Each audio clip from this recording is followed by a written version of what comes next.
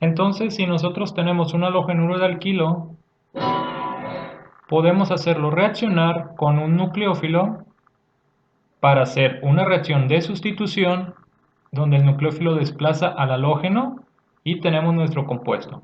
Sin embargo, si lo hacemos reaccionar con una base, lo que hacemos es obtener una reacción de eliminación donde vamos a obtener nuestro alqueno correspondiente. Entonces, lo que depende es que introducimos un nucleófilo o una base. Sin embargo, muchachos, es importante que ustedes sepan que hay moléculas que actúan como las dos cosas. Son nucleófilos y son bases al mismo tiempo. Y esto es una característica propia, una característica química de la molécula que estemos utilizando. Entonces, bajo esa notación, vamos a ver esta lista de algunos compuestos que funcionan como nucleófilo, de algunos compuestos que funcionan como base y, por supuesto, cómo actúan mejor, si como nucleófilo o como base. Entonces, dependiendo de la molécula, otra vez hay una competencia entre si voy a actuar como un nucleófilo en contra de si voy a actuar como una base. Ya saben que un nucleófilo viene y ataca a un electrófilo, mientras que una base viene y toma a un protón para neutralizarle. Esa es la gran diferencia. Tomo un protón o ataco a un electrófilo. Muy bien. Entonces, vamos a ver esta lista de moléculas. En primer lugar, tenemos compuestos que son nucleófilos fuertes y bases débiles. Entonces, ¿qué quiere decir? Estos compuestos van a actuar mucho, van a actuar generalmente como nucleófilos y muy poco como bases. Entonces, si tenemos una reacción con un halogenuro de alquilo y vamos a poner que reacciona con esta molécula, que ya saben cuál es su parte positiva y ya saben cuál es su parte negativa, esta molécula, a pesar de tener una parte negativa, no va a tomar un protón, no va a funcionar como base. Lo único que va a hacer es funcionar como un nucleófilo para desplazar al halógeno de esta reacción. Entonces, si ustedes ponen esta clase de compuestos, solamente van a actuar como nucleófilos y no como bases. En la clase pasada vimos esta lista de compuestos que son bases ampliamente utilizadas, pero tienen que establecer esto, muchachos, es muy importante. Ellos también, aparte de funcionar como bases, también pueden funcionar como nucleófilos. Entonces vamos a ejemplificar. Si tenemos un halogenuro de alquilo y lo hacemos reaccionar, digamos, con este compuesto, que ya saben cuál es la parte positiva y obviamente deben de conocer cuál es la parte negativa con lo que aprendieron en inorgánica y las cargas formales y las estructuras de Lewis. ¿Ok?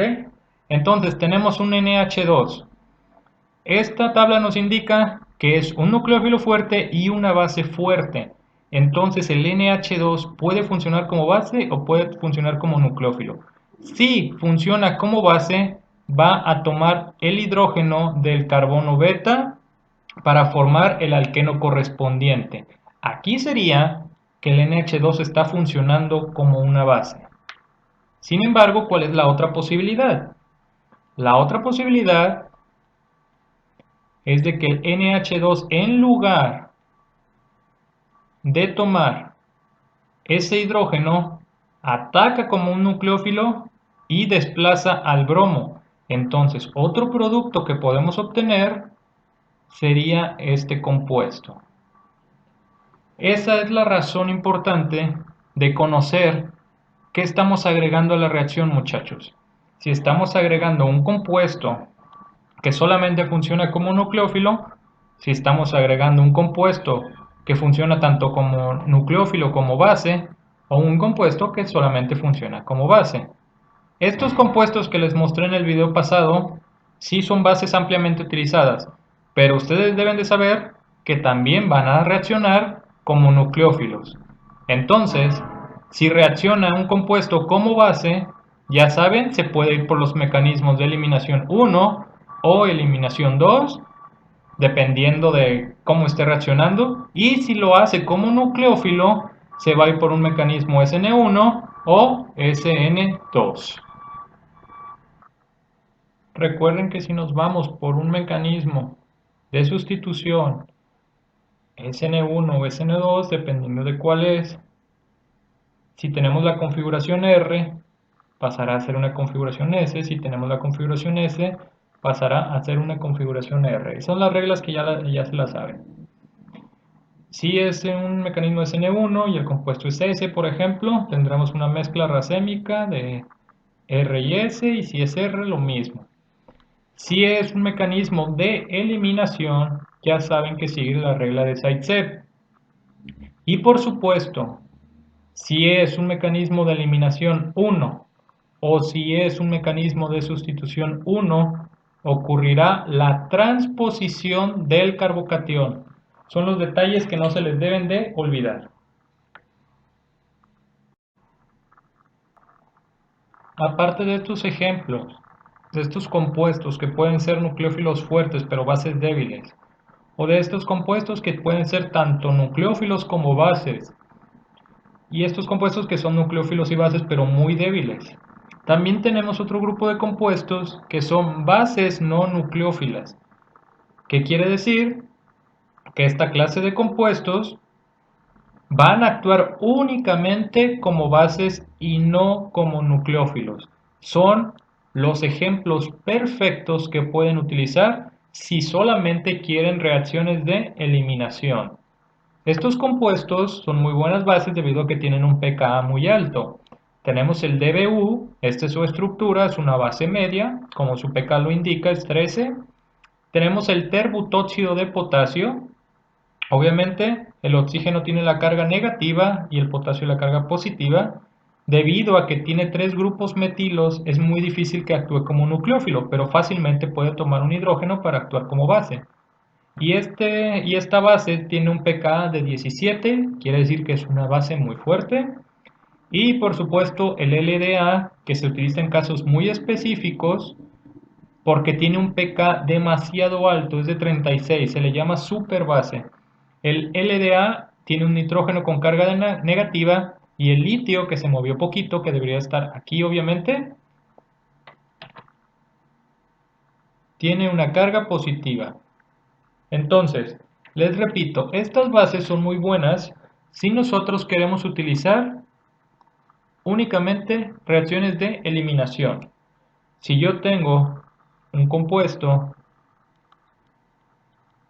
que quiero eliminar y en lugar de utilizar una de estas bases que también funcionan como nucleófilos, pues fácilmente digo, voy a utilizar DBU y únicamente el producto que voy a obtener es el de la eliminación. Para nada estos compuestos actúan como nucleófilos. Ahora, ustedes pueden pensar que es una gran ventaja utilizarlos por encima de estos compuestos, pero es que todo es relativo, muchachos, todo depende de cuál es el producto que ustedes buscan obtener. Un ejemplo muy bueno sería si ustedes tienen un halogenuro de alquilo, pero lo que ustedes quieren obtener es este compuesto. Tienen que hacer una sustitución. Entonces tienen que introducir un oxígeno y un CH3. Obviamente dentro de los nucleófilos que podemos manejar, podemos utilizar este. Entonces, utilizamos el metóxido de sodio para que realice la función de un nucleófilo y obtengamos el producto que nosotros queremos. Sin embargo, sabemos que también funciona como base. Otro de los productos que vamos a obtener es cuando el compuesto, en lugar de actuar como nucleófilo, ataca como base tomando un protón para formar el doble enlace.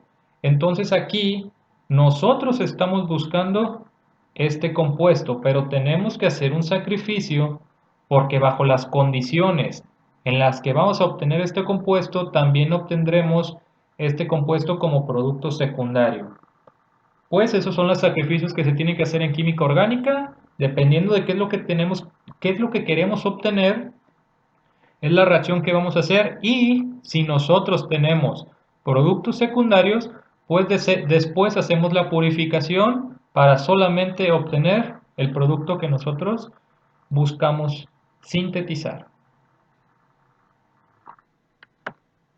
Lo último que nos quedaría, muchachos, es la competencia entre una reacción de sustitución en contra de una reacción de eliminación.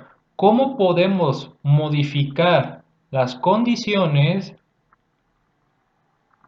para solamente irnos hacia un lado? Así como en este ejemplo que estamos mostrando, muchachos, nosotros vamos a obtener estos dos productos.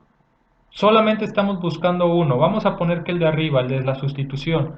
Podemos mejorar las condiciones para obtener en mucho mayor proporción este compuesto. Bueno, ¿qué tal si nosotros queremos una reacción de eliminación? Pues una opción sería utilizar una base no nucleófila como el DBU, como el terbutóxido de potasio. Les repito, el LDA es en situaciones muy específicas por ser una base demasiado fuerte. Entonces modificamos las condiciones, solvente, temperatura, para inclinarnos a una reacción de eliminación. Esta competencia entre sustitución versus eliminación y las condiciones que podemos modificar lo veremos en la siguiente clase.